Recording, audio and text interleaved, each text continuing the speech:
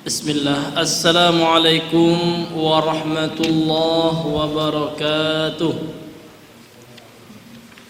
Alhamdulillah. Alhamdulillahi rabbil alamin wal aqibatu lil muttaqin wala udwana illa 'alal zalimin. Ashhadu an la ilaha illallah wahdahu la syarika lah wa ashhadu anna Muhammadan 'abduhu wa rasuluh. Allahumma salli wa sallim wa barik ala nabiyyina Muhammadin wa ala alihi wa ashabihi wa man sara ala nahjihi wa tamassaka bi sunnatihi ila yaumiddin, amma ba'd. Qala Allah ta'ala fil Qur'anil Karim, ya ayyuhalladzina amanu ittaqullaha haqqa tuqatih wa la tamutunna illa wa antum muslimun. Ma'asyiral muslimin rahimani wa rahimakumullah. Kembali kita bersyukur kepada Allah atas seluruh nikmat yang Allah berikan kepada kita. Kemudian kita bersalawat kepada Nabi besar Muhammad sallallahu alaihi wasallam.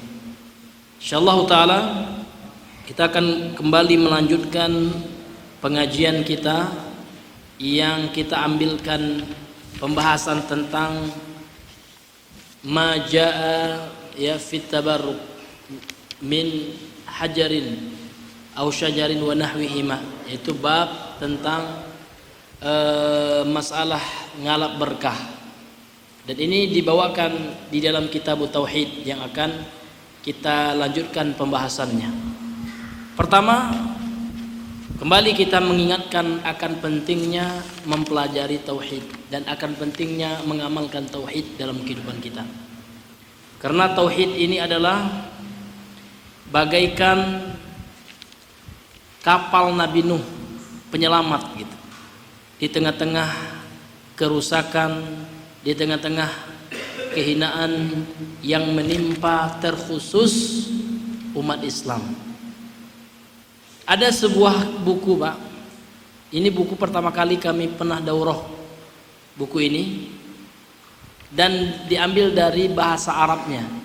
Dari kitab bahasa Arabnya, ditulis oleh seorang ulama Yordania dan merupakan di antara murid senior Syekh Albani yang bernama, dan beliau masih hidup ya, yang bernama Syekh Salim bin Aid Al-Hilali hafizahullah ta'ala. Jadi judul buku ini kalau dalam bahasa Arabnya Bada'i'ul Hikam min Fawaidi Hadisi ya Sauban, ya, min hadisi Sauban antada'al qaum. Jadi hadis ini kitab ini adalah kitab yang berbicara tentang faedah dari hadis yang terkenal dari sahabat Sauban ya. Hadis tentang bahwasanya umat-umat di luar Islam atau umat-umat yang tidak senang dengan Islam, musuh-musuh Islam gitu, mereka akan berusaha untuk menguasai Islam atau umat Islam secara umum. Jadi Bapak Ibu, buku ini telah diterjemahkan sudah lama ya. Judul terjemahannya kalau dalam bahasa Indonesia adalah Umat Islam Dikepung dari Berbagai Penjuru. Ya, saya lupa siapa penterjemahnya, saya lupa ya.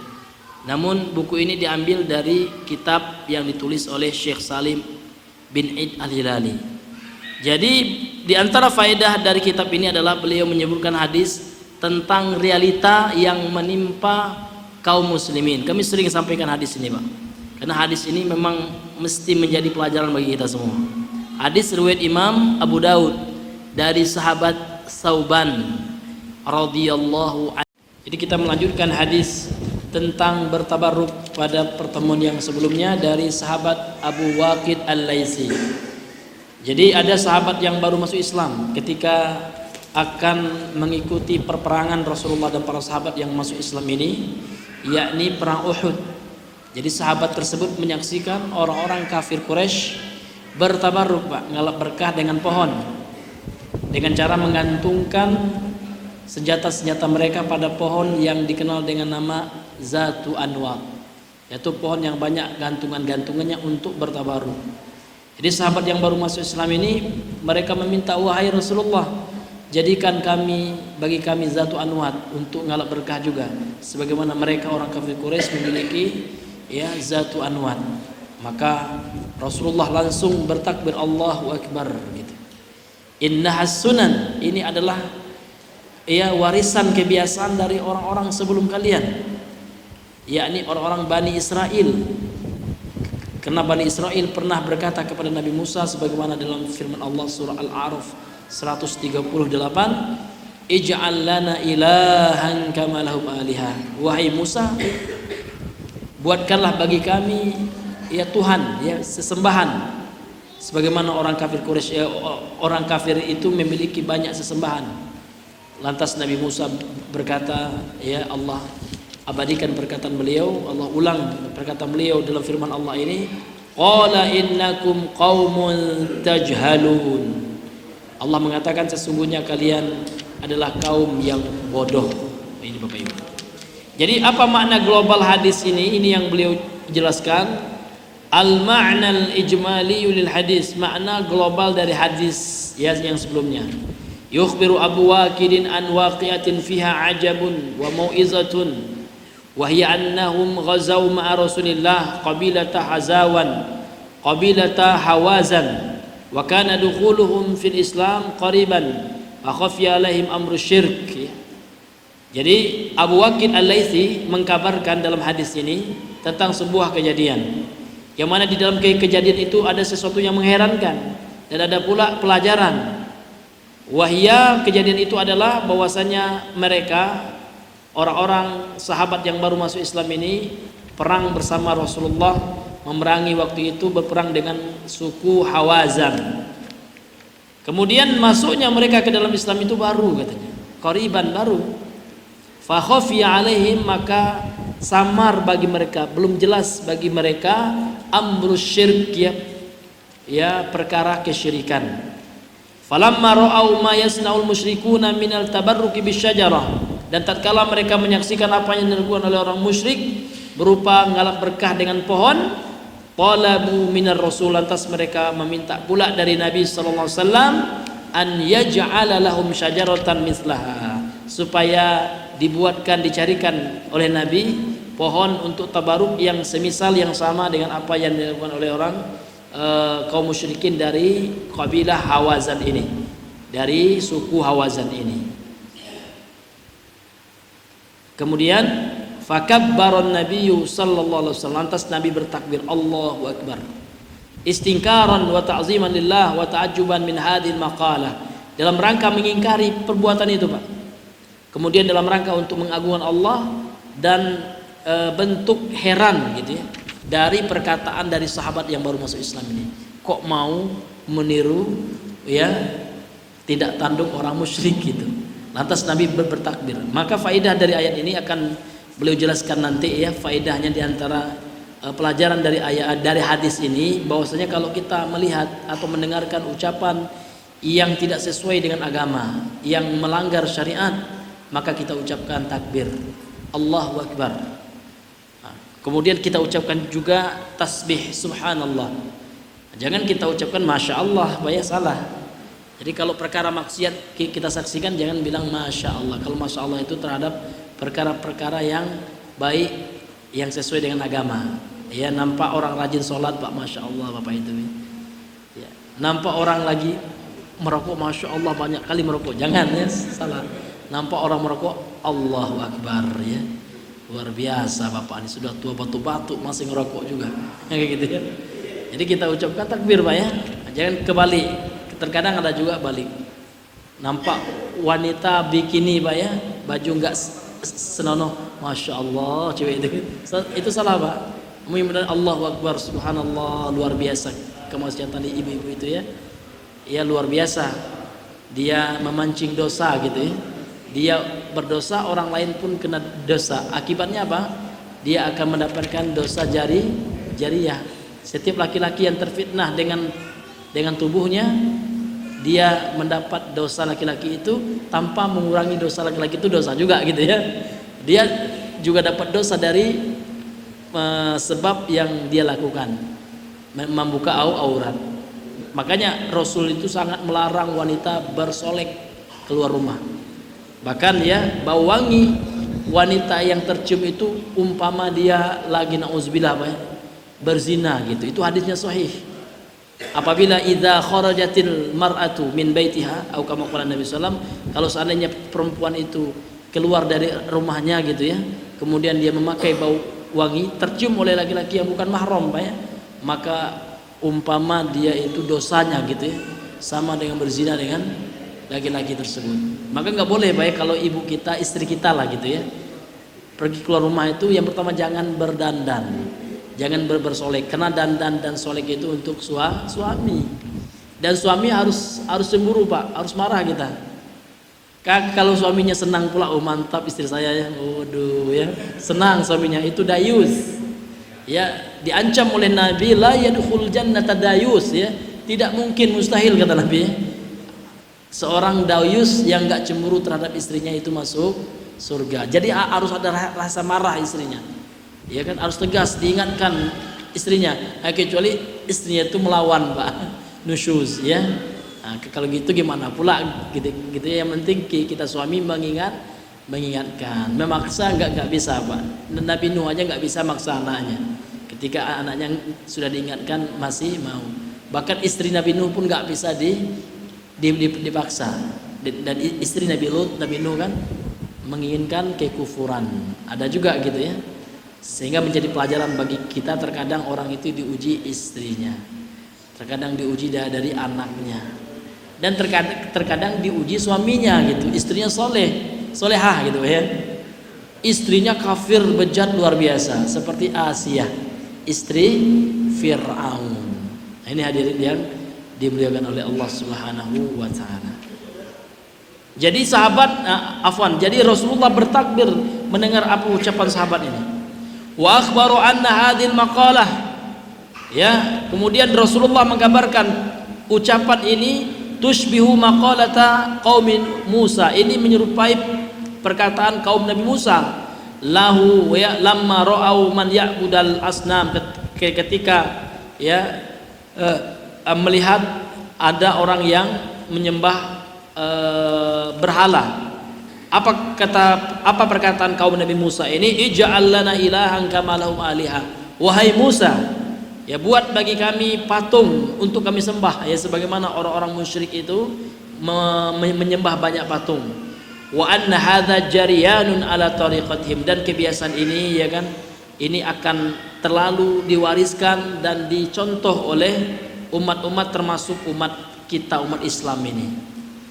Maka ya Pak ya, umat Islam nggak boleh latah ikut-ikut ya kebiasaan orang-orang tradisi, orang-orang jahiliyah, orang-orang musyrik. Ya, umat kocu Pak ya, umat itu merayakan hari kebesaran mereka, umat Islam ikut-ikutan pula ya, ikut nimbrung ya. Nah, ini kan nggak boleh yang seperti itu Pak ya. Atau kaum Nasrani, Natal ikut Natal pula, toleransi katanya. Jadi toleransi bukan seperti itu. Kalau toleransi dalam perkara-perkara yang bukan non ibadah, dalam perkara sosial yang tidak ada larangannya kan gitu. Contoh ya, orang itu mengundang untuk apa? Untuk melakukan kegiatan bakti sosial. Bakti sosialnya apa? Misalkan gotong royong, boleh kita ikut. Atau orang itu lagi kekurangan ekonomi, kalau kita punya uang boleh kita bantu juga, tidak apa-apa gitu. Namun kalau orang itu lagi nyembah Tuhannya, lagi merayakan hari kebesaran agamanya, nggak boleh kita ikut gitu.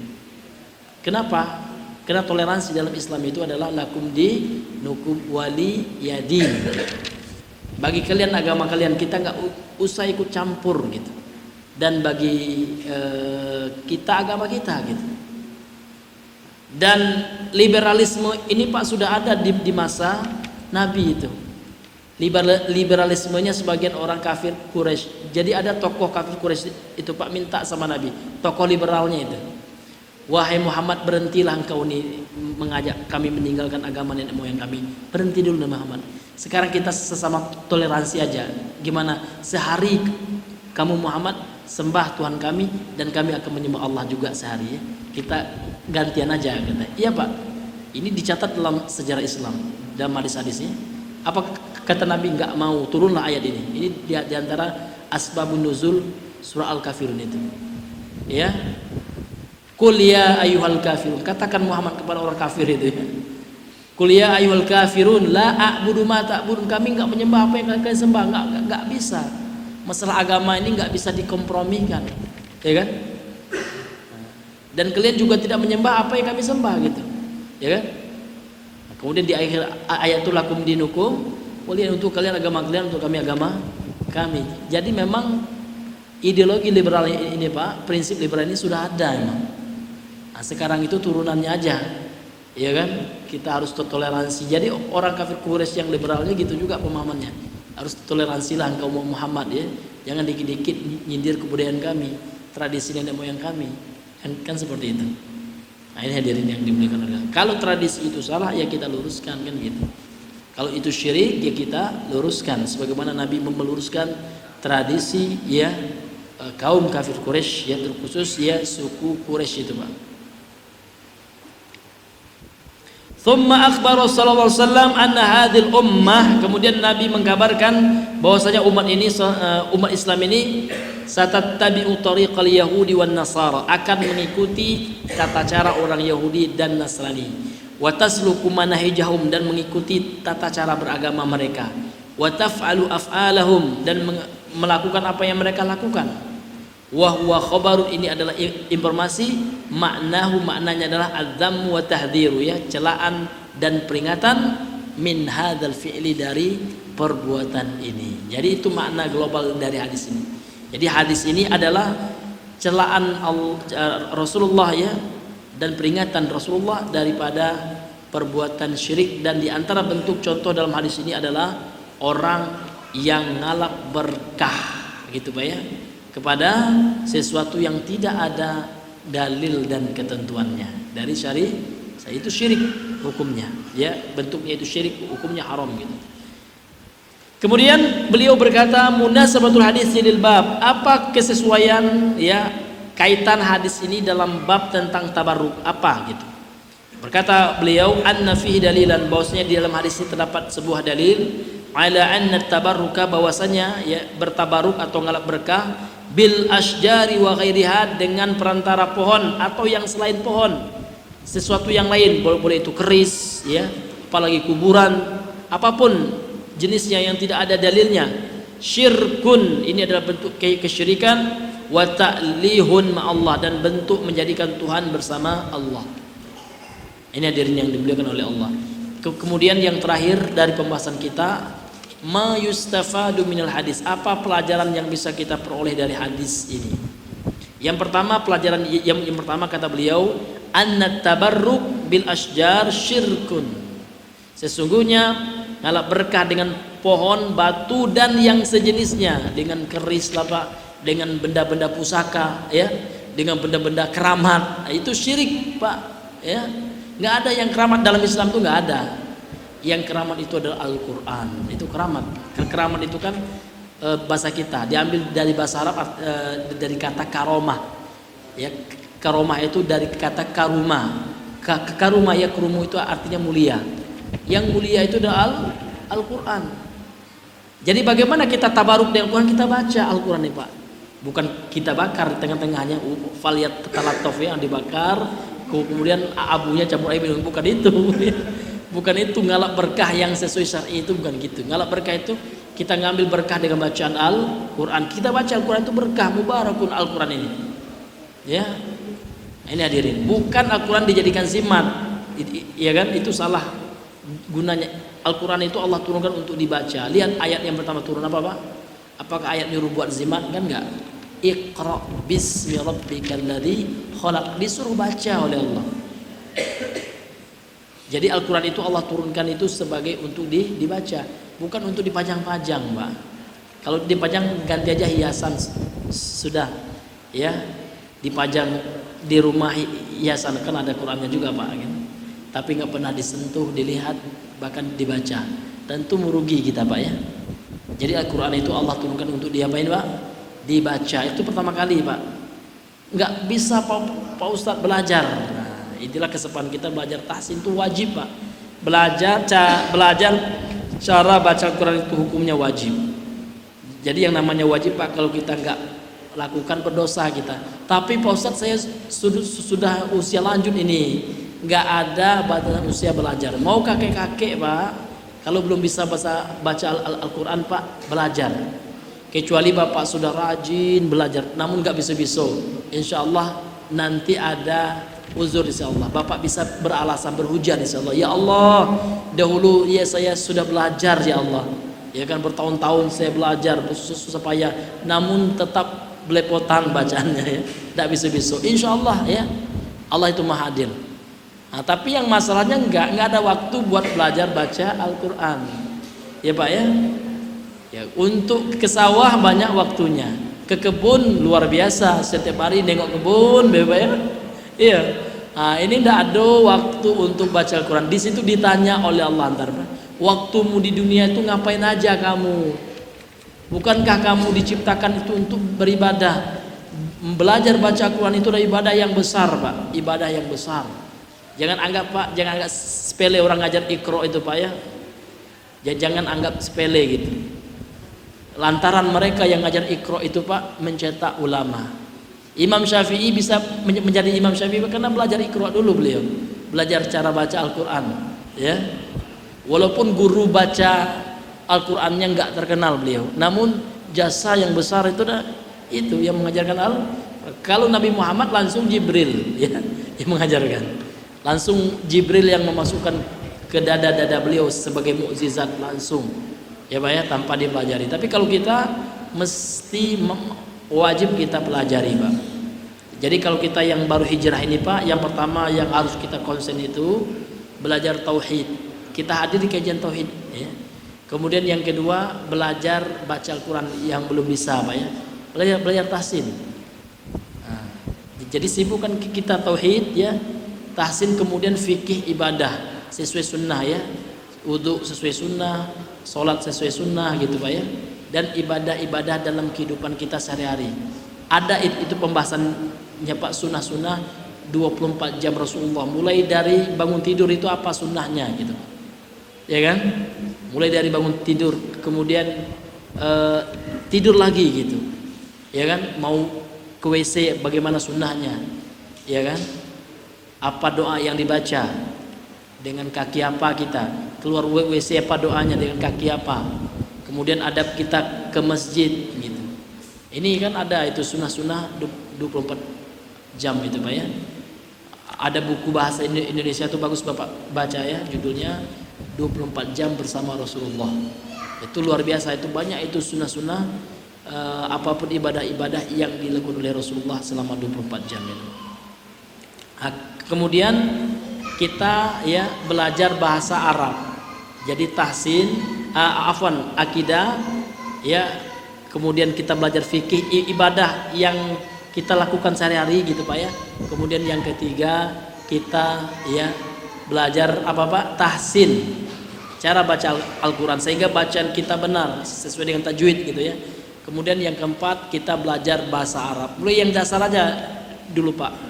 Ya, walaupun kita enggak jadi ahli nahwu gitu ya, ahli bahasa, namun minimal kita bisa memahami bacaan solat kita, karena solat nggak bisa dengan bahasa Indonesia Pak ya. Solat semuanya bahasa Arab, mulai dari takbir itu ihram sampai salam, semuanya bahasa Arab. Nah, di situ pentingnya belajar bahasa Arab itu. Nah, kalau itu yang kita lakukan, insya Allah kehidupan kita berkah. Kalau kita bekerja boleh ya, bahkan bekerja itu hukumnya wajib untuk menafkahi istri kita, besar pahalanya ya. Namun ya jangan kita lupakan juga ya menuntut ilmu agama kita. Al-Quran kita jangan lupa, harus ada Pak. Waktu kita dalam sepekan itu 2 kali mungkin belajar tahsinnya, atau seminimal mungkin sekali sepekan lah Pak, harus kita luangkan waktu kita ya. Dan belajar tauhidnya Pak ya, minimal menghadiri pengajian tauhid, pembahasan usul salasah misalnya kitab tauhid ya. Nah, ini kemudian mempelajari kitab fikih dasar ya, seperti fikih al-muyassar ya, tentang bab-bab wudu misalkan, salat, puasa ya, zakat ya. Atau yang pedagang belajar tentang fikih jual beli ya kitabul buyu' itu ya, pembahasan jual beli gitu.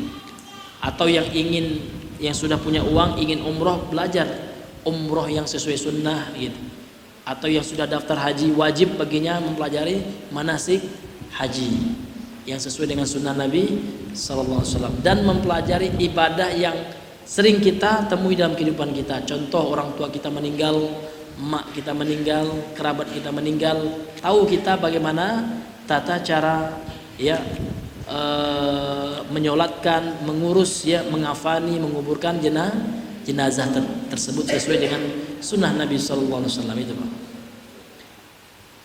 Ya, kemudian faedah yang kedua, kata beliau, annal muntaqila minal batil alladhi i'tadahu la ya'man ay yakuna fi qalbi baqiyatun ya min tilkal 'adah. Sesungguhnya orang yang pindah, hijrah lah gitu ya, dari kebatilan yang biasa dia lakukan, maka ya tidaklah aman dia bahwasanya di hatinya itu masih ada sisa dari kebiasaan tersebut. Jadi kalau seandainya ada orang tobat dari miras, Pak, dia pecandu miras, maka nggak boleh dia merasa aman gitu dari sisa-sisa kebiasaannya tersebut. Maka orang yang seperti itu mesti ya berusaha meninggalkannya dengan ekstra gitu. Nah, itu yang terjadi di hadis ini, Pak. Sahabat yang baru masuk Islam, yang sebelumnya kafir ya, musyrik, masih ada ya sisa dosa yang seperti itu. Maka mestilah dia berusaha untuk meninggalkannya. Kemudian yang ketiga, anna sabab ibadatil asnam huwa ta'zimuha. Sesungguhnya sebab dari menyembah patung itu pertama kali adalah karena mengagungkan patung itu, Pak. Jadi kenapa orang itu bisa menyembah patung? Karena ada rasa hormat ya. Awalnya hormat dulu ya, dihargai betul. Ini bukan patung biasa nih, Pak Ustadz gitu. Ini patung siapa ini? Ini patung wali ini kan gitu. Atau orang sekarang, ini bukan foto biasa ini, foto wali ini gitu. Diagungkan dulu, Pak, dibesarkan kedudukannya di hatinya. Itu awalnya, lambat laun, Pak, sampai disembahnya gitu. Itulah yang terjadi di kaum Nabi Nuh. Karena syirik yang pertama itu, Pak, terjadi di masa Nabi Nuh. Di masa Nabi Adam belum ada syirik, Pak ya, belum ada. Cuman yang ada itu dosa hasad yang pertama kali, yang menimpa salah satu anaknya Nabi Adam ya, Qabil terhadap Habil gitu ya. Nah, kemudian setelah dosa hasad, dosa pembunuhan, dosa syirik belum ada di masa Nabi Adam, sehingga Nabi Adam itu bukan rasul. Karena definisi rasul itu ada yang pertama kali menyerukan kepada umatnya tauhid, yaitu sebagaimana firman Allah Subhanahu wa taala, "Walaqad ba'atsna fi kulli ummatin rasulan an ya'budullaha wajtanibut taghut." Dan sungguh kami telah utus kata Allah setiap umat itu satu rasul, dan tugas rasul itu adalah menyampaikan beribadahlah kalian kepada Allah saja dan melarang umatnya dari perbuatan syirik. Sehingga Nabi Adam bukanlah rasul. Ini bukan kata saya, ini kata Ibnu Abbas. Nah, lihat tafsir Ibnu Abbas ya kan, atau tafsir Ibnu Katsir, beliau menukilkan perkataan Ibnu Abbas. Kenapa? Karena rasul itu adalah yang menyerukan kepada tauhid. Sedangkan Nabi Adam belum terjadi kesyirikan di masa beliau, sehingga beliau itu hanyalah nabi, bukan rasul. Itu bukan kata saya, Pak ya. Ini adalah perkataan daripada ahli tafsirnya sahabat. Siapa, Pak? Ya, sahabat yang mulia Abdullah bin Abbas ya. Ini hadirin yang dimuliakan oleh Allah. Jadi itu sebab orang menyembah patung, karena mengagungkannya terlebih dahulu. Kemudian apa? Wal uqufu indaha. Kemudian dia berdiam ya, Pak, menghormatinya, apa ya? Tegak dia patung itu dalam rangka untuk menghormati patung itu, tegak dia. Wa tabarruku biha. Kemudian yang ketiga, ngalap berkah dengan patung itu. Jadi orang kafir Quraisy itu sebelum menyembah patung itu, Pak, mereka agungkan patung itu, berdiri menghormati patung itu. Kemudian setelah itu apa, Pak? Ngalap berkah. Nah, setelah itu barulah sampai kepada puncak yang luar biasa, menyembah patung. Jadi tabaruk itu, Pak, ini wasilah itu, Pak ya, perantara kepada syirik. Makanya dilarang. Kemudian yang keempat, annal insana qad yastahsinu syai'an yadhunnuhu yuqarribu ila Allah wa huwa yub'iduhu anhu. Sesungguhnya manusia itu terkadang menganggap baik sesuatu, Pak. Dia menganggap sesuatu itu bisa mendekatkan dia kepada Allah, padahal itu menjauhkan dia kepada Allah. Jadi orang kafir Quraisy kan menganggap patung itu mendekatkan diri mereka kepada Allah gitu ya. Ya, kami bukan menyembah mereka gitu. Buka Pak surat Al-Zumar kalau nggak salah ayat yang kedua. Jadi orang kafir Quraisy itu Pak ditanya mereka, apakah kalian nyembah patung? Mereka mengatakan tidak ya, ma na'buduhum gitu ya. Ma na'buduhum. Ya, surah Az-Zumar ayat yang ketiga. Afwan Pak ya. Allah Subhanahu wa taala berfirman, ala lillahi dinul khalis. Ya, sesungguhnya milik Allah lah agama yang murni itu ya. Walladzina takhadhu min duni awliya, sesungguhnya orang-orang yang menjadikan selain Allah sebagai wali-wali gitu ya, yang mereka sembah gitu ya. Maka ketika ditanya apakah kalian nyembah wali-wali itu, mereka menjawab ma na'buduhum, tidak, kami tidaklah menyembah mereka illa liyuqarribuna ilallahi zulfa, melainkan kami meyakini nanti ya wali-wali itu mendekatkan diri kami kepada Allah, kan gitu. Innallaha yahkumu bainahum, Allah akan mengadili apa yang mereka perselisihkan gitu ya. Fima hum fi yakhtalif, apa yang mereka perselisihkan. Innallaha la yahdi man huwa kazibun kafar, sungguhnya Allah tidaklah memberikan hidayah bagi orang yang pendusta dan lagi ingkar, lagi kufur kepada Allah Subhanahu wa taala. Ini dalam surah ya Az-Zumar ayat yang ketiga, itu bisa Bapak baca itu, dan terjemahannya juga ada ya. Kemudian pelajaran yang ke-5 ya, annahu yanbaghi lil muslim an yusabbiha wa yukabbira idza sami'a ma la yanbaghi an yuqal fi dini wa inda ta'ajjub. Hendaknya seorang muslim itu bertasbih dan bertakbir, subhanallah, Allahu akbar gitu, apabila mendengar sesuatu yang enggak layak didengar gitu ya, yang bertentangan, yang menyelisih agama. Misalkan kata-kata yang jorok gitu ya, atau kata-kata yang ada nilai kekufurannya, nauzubillah min zalik ya, maka kita bertasbih subhanallah Allahu akbar. Atau ketika seseorang itu kaget melihat sesuatu yang buruk ya, nampak orang tabrakan Pak, tum misalkan, subhanallah gitu Pak, jangan masya Allah gitu, jangan Pak, itu nggak cocok ya. Allahu akbar subhanallah, dia orang kaget ya melihat sesuatu yang tidak bagus gitu Pak. Kemudian pelajaran yang keenam, al-ikhbaru an nuqu'ish syirki fi hadhil ummati wa qad waqa'a, informasi tentang terjadinya syirik pada umat ini dan telah terjadi. Dan itu telah kita lihat Pak ya, banyak kesyirikan yang kita saksikan ya, yang terjadi pada umat Islam secara khusus, apalagi umat non muslim ya, banyak kali kesyirikannya gitu. Ada teman saya Pak baru masuk Islam, dia mualaf dia Pak ya, sebelumnya dia Buddha, orang Cina dia. Nah, sekarang dia kunyahnya Abu Ahmad. Ketemu dulu tahun 2016 Pak ya di tempat Ustadz Abu Zubair.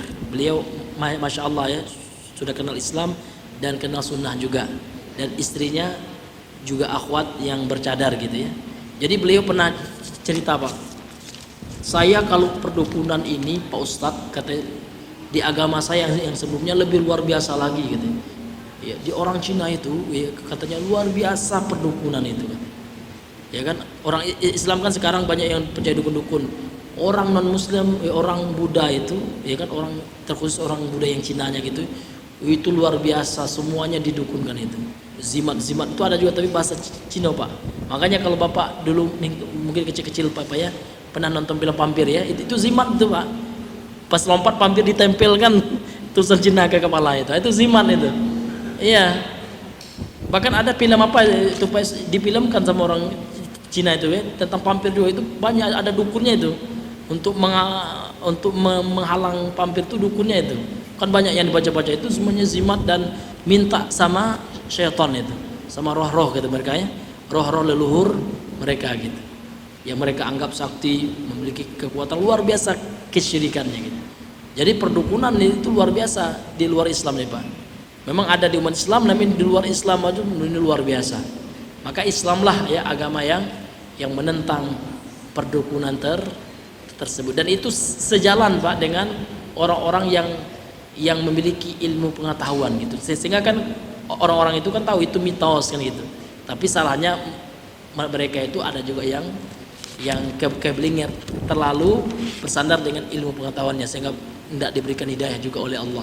Terkadang ada yang sekuler Pak ya, ada yang ateis kan, auzubillahi min zalik.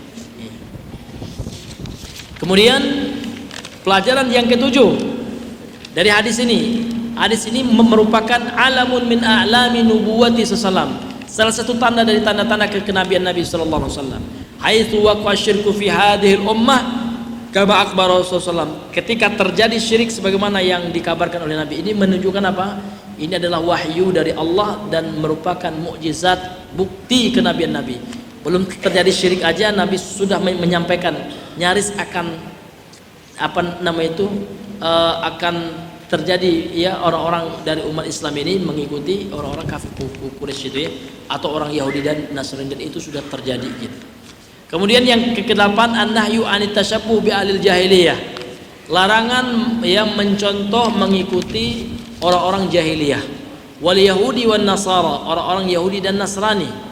Illa ma dalla dalilu ala annahu min dinina, kecuali ada dalil yang menunjukkan bahwasanya tradisi mereka itu baik ya, baik sesuai dengan agama kita, tidak bertentangan, itu boleh. Misalkan tradisi menyayangi orang tua kan gitu, seperti tradisi orang kafir Quraisy ya, menyayangi atau memuliakan tamu gitu Pak ya, itu dikuatkan oleh agama kita karena tidak bertentangan gitu, ini boleh. Namun yang bertentangan ini dilarang Pak ya. Kemudian yang ke-9, annal i'tibaru fil ahkam bil ma'ani la bil asma. Sesungguhnya yang menjadi pelajaran di dalam hukum Islam ini Pak adalah substansinya gitu, adalah hakikat maknanya, bukan hanya sebatas penamaan. Makanya orang itu menghukumi sesuatu itu Pak tidak bisa dengan nama aja, nengok namanya apa, nama mereknya langsung dihukumi, enggak.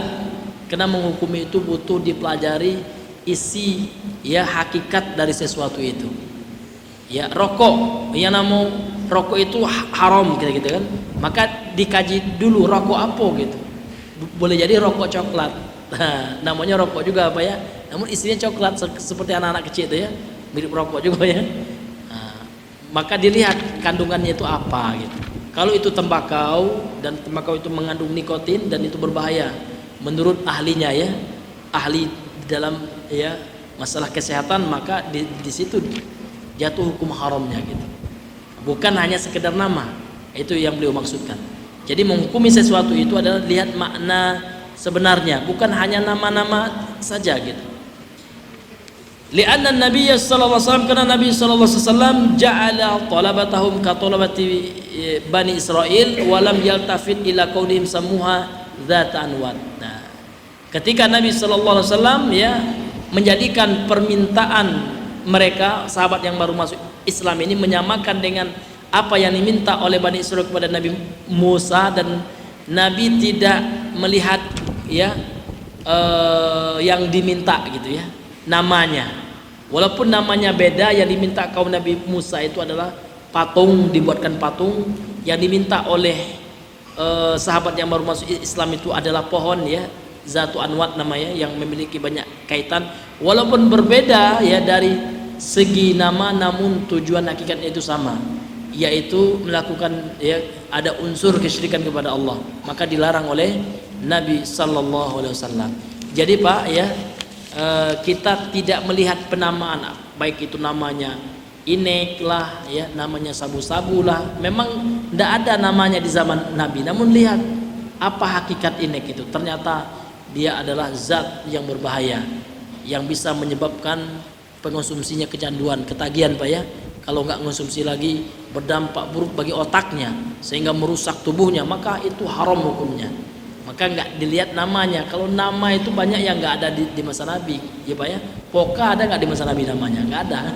Namun substansinya itu ada, khamar ya, sesuatu yang memabukkan. Maka segala sesuatu yang memabukkan itu Nabi mengatakan kullu muskirin haramun qaliluhu wa katsiruh.